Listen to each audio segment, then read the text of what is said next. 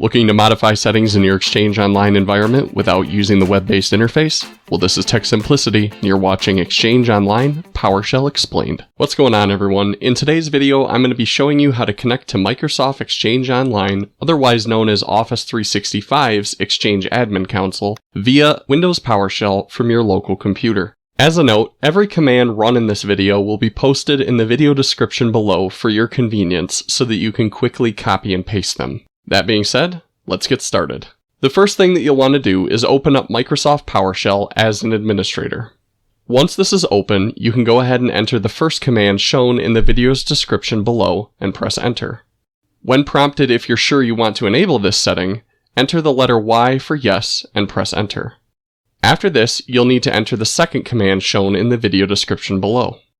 You will then be prompted to type in your Office 365 admin credentials, which you must do in order to continue.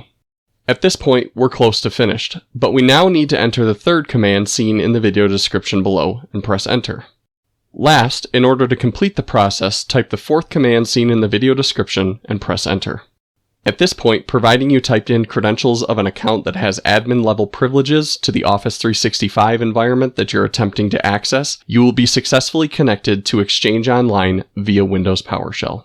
To confirm this, you can simply type in the command get-mailbox and press enter. If you begin to see a list of mailboxes appear on your screen, you will know that you were successful. By completing this process, you now have the full power of Windows PowerShell and all of the commands that come with it at your disposal to work within your Exchange Online environment. Anyway, I hope you guys found this video helpful. If you did, feel free to subscribe for future content, and if you have any questions, leave them in the comments below. Until next time.